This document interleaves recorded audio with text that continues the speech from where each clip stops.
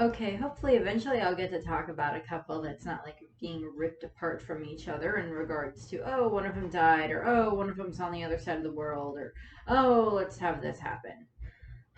Well, kind of. I still got to talk about Senor Pink and Rushin, which is just like, oh god, the feels. And I still need to do one about Baby Five and Psy, which might kind of be like the happiest one at the moment in regards to like canon couples for One Piece, minus like Shaki and Rayleigh, because like they're both still alive and they're both together. So we'll see what happens with that. But Kyros and Scarlett. So Scarlett is, of course, at the time frame when, of course, we meet her, she is the princess of the Dressrosa Kingdom, and she is about 16 years old or so when she first meets Kyros.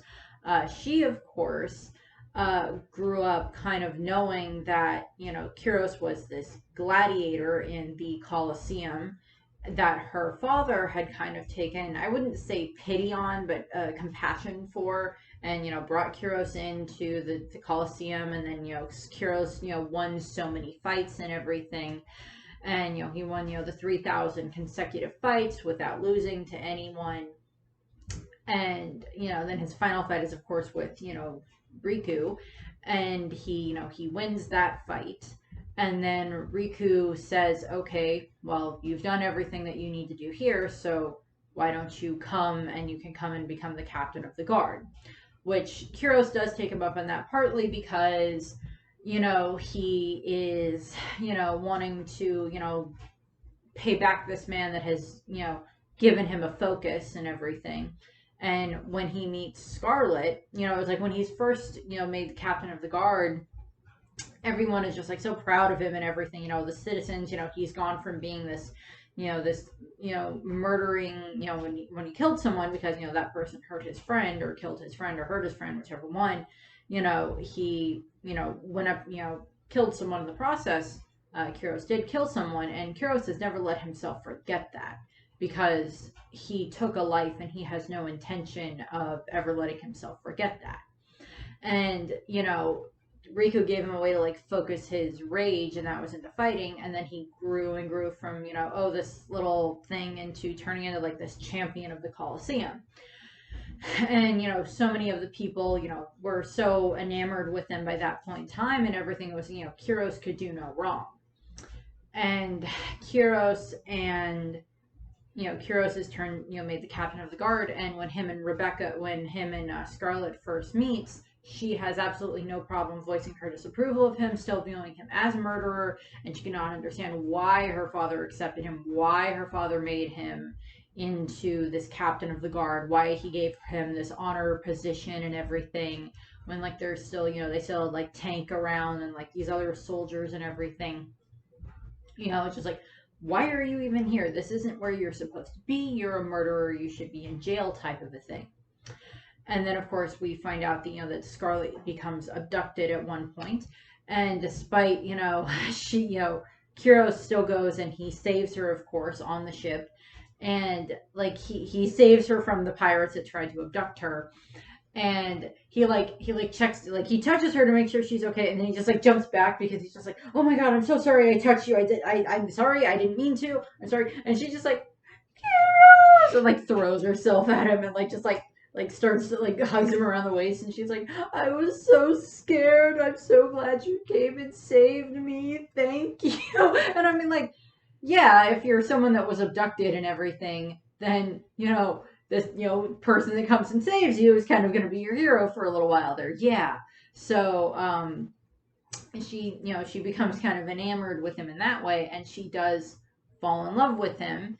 And like her father, Riku, and then like her little sister Violet are of course there, and like they're kind of watching her from the sidelines, and like Scarlett's making like food, like lunches, little bento box lunches to give to Kyros, and he's just like, thank you.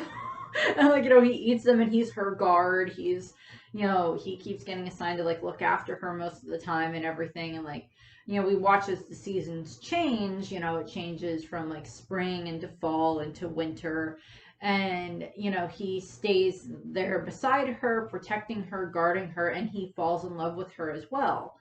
And they then she goes and, Kyros goes and tells King Riku, I'm in love with your daughter and I want to marry her and she wants to marry me too. And Riku just kind of has this, crisis moment where he's like,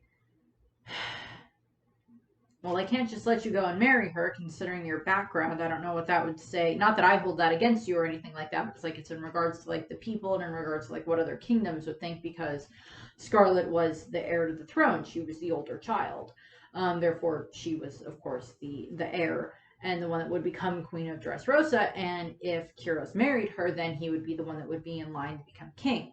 Or if they follow the rules of like British monarchy, where Queen Elizabeth is the one that holds the bloodline, therefore she is the one that is the queen and had the higher power. And then Prince Philip had been he was the prince, he was still a prince, even though like by technicality he was king because he was married to the queen, but because she's the holder of the bloodline, he was the prince instead of the king, because king would imply that he's above her in the hierarchy of things. So the Dressrosan royalty might be that same way. And now with Violet being the one that would be be the heir at the moment, then that still may apply with whoever Violet marries. Violet will be queen, and like he might still get the title of king, but she's the one that holds most of the power because she's the one that holds the bloodline.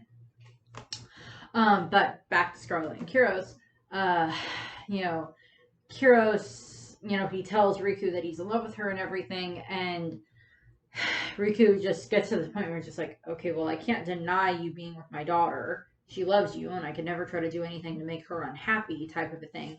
So, of course, what he does is they do the logical thing. They fake Scarlett's death. Why? They fake Scarlett's death and just let her abdicate her throne, and then she can go and marry him. It's not like that's impossible to do. She can still abdicate her throne and then still be part of the royal family, still have her parents around and everything.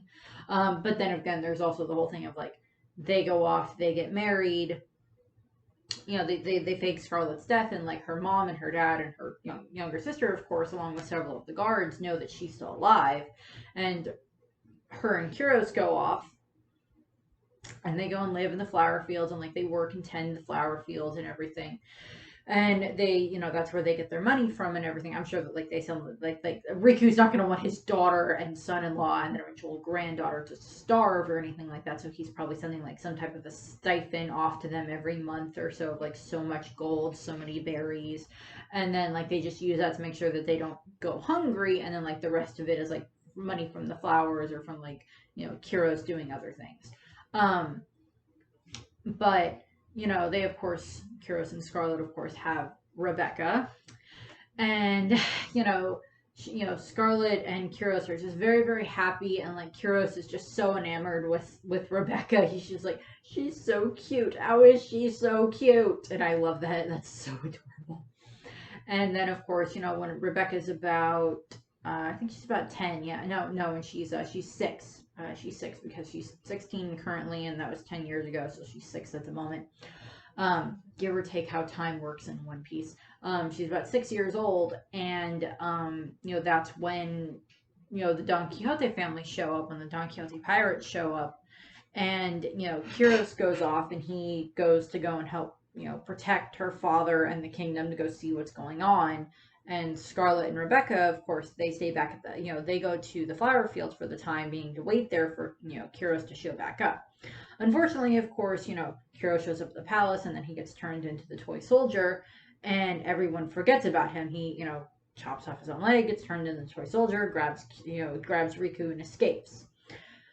And maybe a quick note on, Doflamingo's plan here. Not a bad plan, and admittedly, very mastermind of a plan and everything, but the Riku seems to be a little bit too trusting, but we've gone over this before. But what ends up happening is, Kyros runs off, and he has, the king with him, and he hides the king, and, he then goes off and he tries to make his way back to the flower fields where, Rebecca and Scarlett are supposed to be waiting. And he gets there, he's in one of the little towns, and he sees Scarlett. And she's holding, bag of food and everything, and he then, she gets shot, and he catches her, and he knows exactly who she is. He has all of his memories intact of everything that they've ever done together. All of their time just being together, being, turning into friends and turning into falling in love and being married and raising Rebecca and everything. He has all of that. And he's looking at the woman in his arms who he has loved for, 6, 7, 8 years at this point, give or take the time frame, and that he adored, and that he didn't want to sully with his hands because he'd killed someone and he saw her as so pure, and he did the same thing to Rebecca. He didn't, he saw her as this pure thing. And that continued later on, of course, when she grew up. But, he's holding Scarlett in his arms, and we get, like, in the flashbacks when, we have him saying, it's like, my cold toy tin arms can't even feel your warmth. I can't even hold you one last time. And she, he's like, Scarlett, it's me, it's Kyros, it's your husband, where's Rebecca, and everything. And she's like, I have no husband. This food is for my daughter. And, she doesn't even remember him. And yes, we get the tragic backstory, of course, as well, with, like, Senor Pink, and that'll be the next one, where we get Senor Pink and Rushin for their backstory. And yes, that is extremely sad what happens to them. But this is also sad because, it's like she can't remember anything. And, like, Kyros never lied to her. I don't think Kyros would have the ability to lie to Rebecca or to Scarlett. Like, they would just give him, like, Scarlett could probably just give him this look of, like, I know you're planning something. And he's like, I'm sorry. I was planning a surprise birthday party. Please don't be angry at me, type of thing. And she would just be like, oh, a surprise birthday party. That would be so nice, honey. I'll pretend to be surprised. And, like, I just look at that and I'm just like, Rebecca, Scarlett loved Kyros so much, and he's wiped from her mind. She dies not even remembering her husband. She dies not even remembering that she was married. And that's part of the curse of what happens with with Sugar, with her power, of course. I guess to a degree there might be a possibility that Sugar might be able to yeah, I can turn you into a toy, but everybody will still remember who you are. But that would be kind of pointless in regards to, it's like, oh, I turned you into a toy. The only way that would be, like, a useful thing to do is, and I had this idea with Sugar before, and I know it's a tangent here, but it applies because, Kyros got turned into a toy, of course, that, like, a good way of punishing the celestial dragons would literally be to, like, turn all of them into toys. Have Sugar just, like, turn all of the celestial dragons that are the horrible, horrible people into toys. And then, like, from there, it's like, if she can control whether or not they forget about you, because it's like, if she could turn off the ability for everybody to forget about you, but still turn you into a toy and still put you under contract, then, the celestial dragons that got turned into toys would just get nothing but ridicule from everyone for what they've done to them.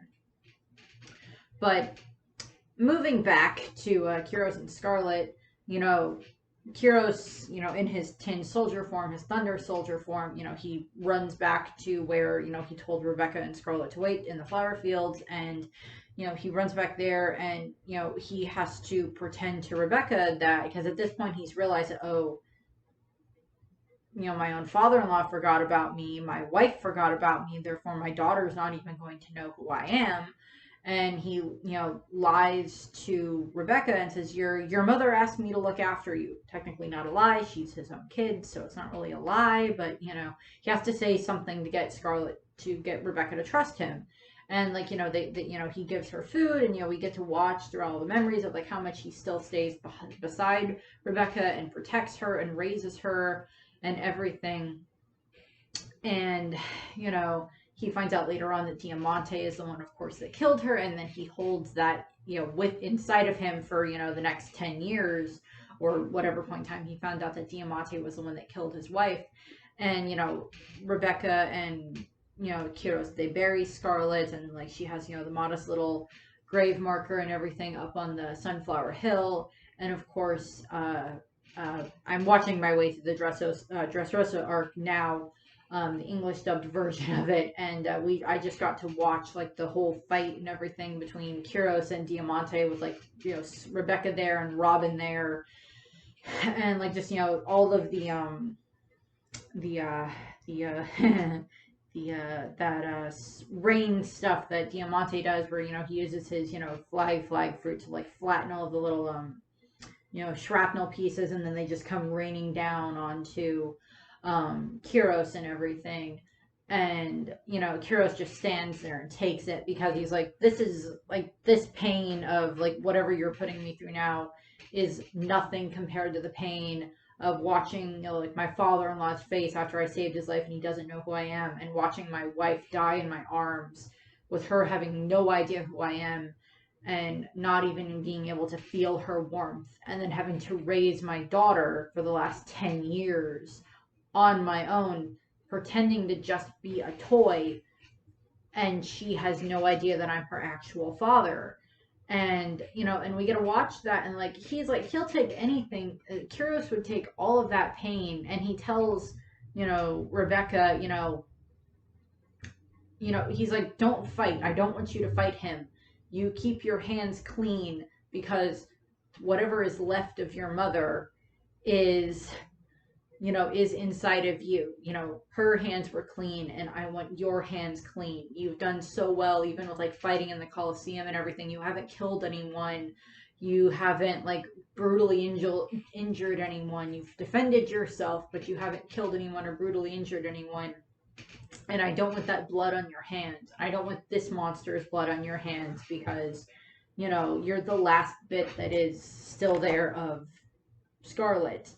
And I don't want you stained and everything, because and Rebecca looks exactly like Scarlett, and minus like, I think Scarlett's hair was just like a little bit more orangish than Rebecca's was, but for the most part they look almost exactly the same. And Kyros just wants he wants Rebecca to stay pure the way her mother had wanted her to stay, to like keep her mother's memory alive in that way. And of course, when Kyros finally is able to defeat Diamante, Diamante's head whacks itself directly onto Scarlett's grave. And Kyros and Rebecca, they stand over the grave, and like they're reminiscing about the past and placing flowers around it and everything.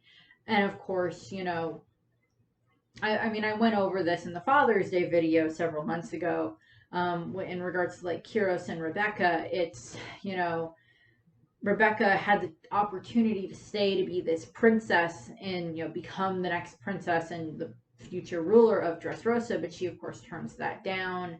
And Violet is now the one that will take up that takes up that duty of becoming the next ruler, the crown princess. And Rebecca goes, and she does get to live with her father, of course. She gets to live with Kyros, because that's what she's always wanted to do. And I'm sure that like Kyros would like he'll happily sit and tell Rebecca any story she wants about her mother. Any story. Any of them. Just us sitting and relaxing and having fun together, how we fell in love, learning more about how her parents fell in love, and more about that past and everything. And I'm sure like they might give Scarlett even a better grave than what she has, because now that she actually is dead, now Kyros and Rebecca can go to the gravesite. Now Violet can go to the gravesite, and Riku can go to the gravesite, and they can finally maybe make it more of a proper gravesite, a grave marker, than just like this wooden post, and like actually carve Scarlett's name and her date of birth and date of death, and beloved wife and mother and daughter and sister and princess and everything. And maybe not as quite as high scale as like what Otohime has in Dressrosa, or has what Otohime has in Fishman Island, but something along those lines, where it's just this little bit more, like maybe they don't tell anybody else that that's where Scarlett is buried, where Princess Scarlett is buried, but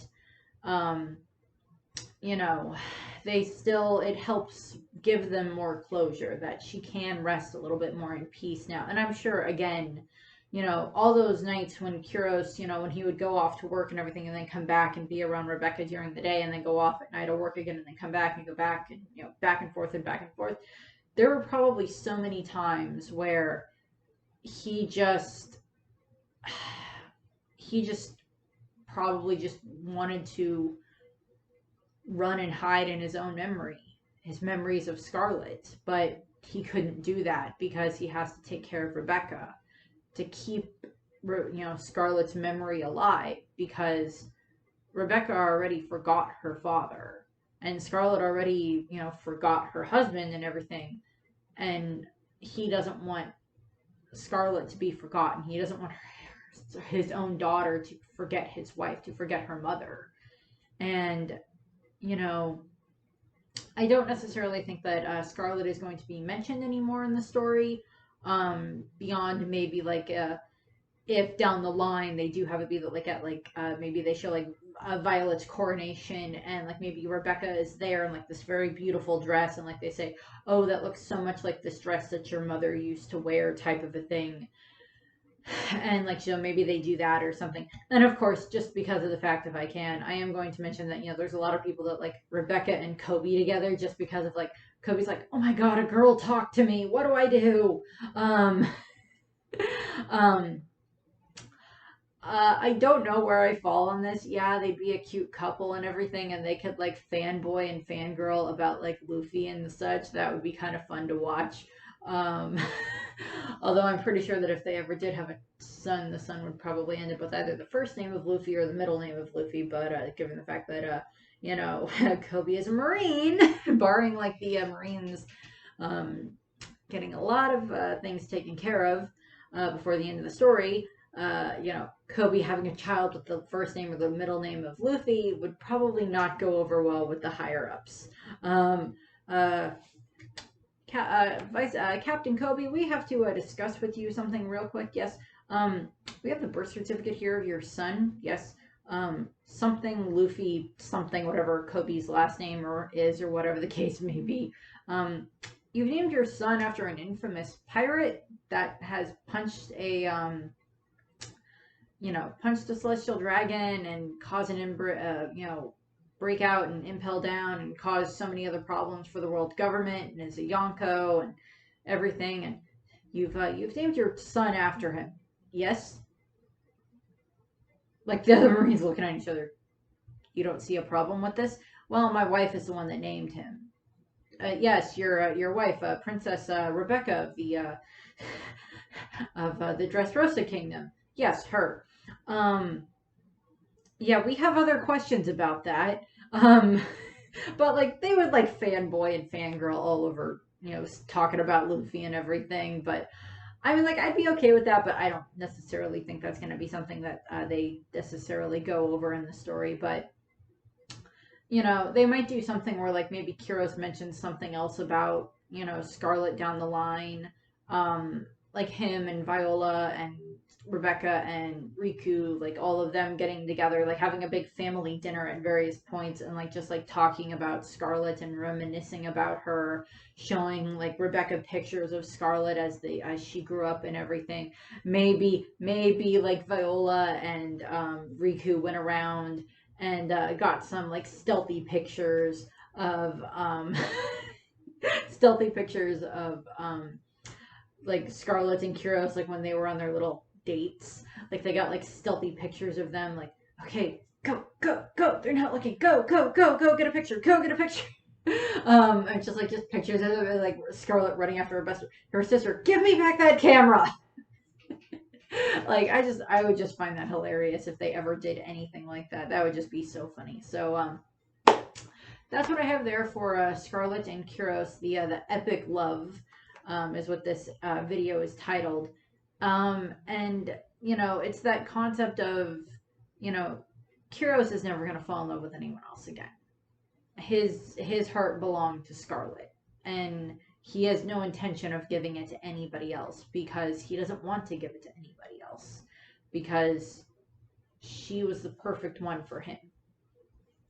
And yeah, it kind of goes into like soulmate territory and stuff like that. Down the line, I might do a video where I just like discuss the concept of soulmates anyway, because that is like a thing that I find kind of interesting to discuss. And I might do that, but it won't be like an anime thing for, well, I mean, I might mention some stuff that would be like, these people are clearly depicted as like soulmates in anime, like Serena and Darian from Sailor Moon, but that'll be a different video down the line at some point. That might be like next year's Valentine's Day video or something like that. But so that's what I have here, Scarlett and Kyros. The next one will be Baby 5 and Psy, so that'll be like Battle Love, I think is what I have that one set to be titled, but I'm not going to record that one quite yet because I have a few other things to work on. So I thank you very much for watching. I hope you enjoyed the video, and I hope you have a nice rest of your day. Bye! Kyros, rather than wasting the rest of your life regretting your mistake, devote it to protect as many people as you can.